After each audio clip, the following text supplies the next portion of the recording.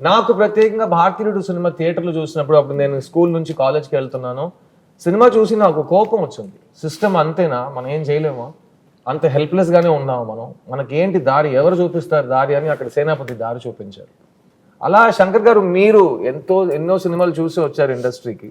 మీకు కూడా సినిమాలో ఉన్న కంటెంట్ చూసి సమాజం మీద ఒక కన్సర్న్ వచ్చి, ఒక కోపం వచ్చే సినిమాలు మీరు చూసారా? Is that what made you the social change film maker that you are? అది గుర్తులేదు నాకు. నేను యాక్చువల్గా డైరెక్టర్ మహేంద్రన్ సార్ ఆయన పిక్చర్ చూసి, ఒక సాఫ్ట్ పిక్చర్స్ అంటే ఎమోషన్ తోటి ఒక టచింగ్ ఫిల్ము అలాంటి పిక్చర్ చేయాలని నేను వచ్చాను. ఆ సమయంలో ఏ ప్రొడ్యూసర్కి వెళ్తే, సార్ ఒక యాంటీ హీరో సబ్జెక్ట్ ఉంటే చెప్పండి అంటున్నారు. నేను నా పిక్చర్లో heroine oriented my first script.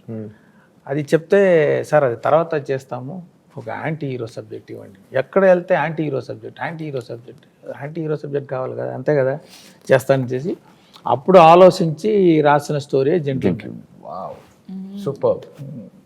And Gentleman నుంచి స్టార్ట్ అయిన ఈ historic journey of director Shankar మేము అందరూ చూసాం.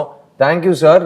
ఐ నో మీరు ఒక ఫీమేల్ సెంట్రిక్ ఫిల్మ్తో స్టార్ట్ చేస్తుంటే ఇంకా వేరే టైప్ ఆఫ్ రికార్డ్స్ క్రియేట్ చేసి ఉంటారు, బట్ ఈ దారిలో వచ్చి మీరు మొత్తం ఇండియన్ సినిమా ల్యాండ్స్కేప్ని మార్చారు. So thank you for doing that.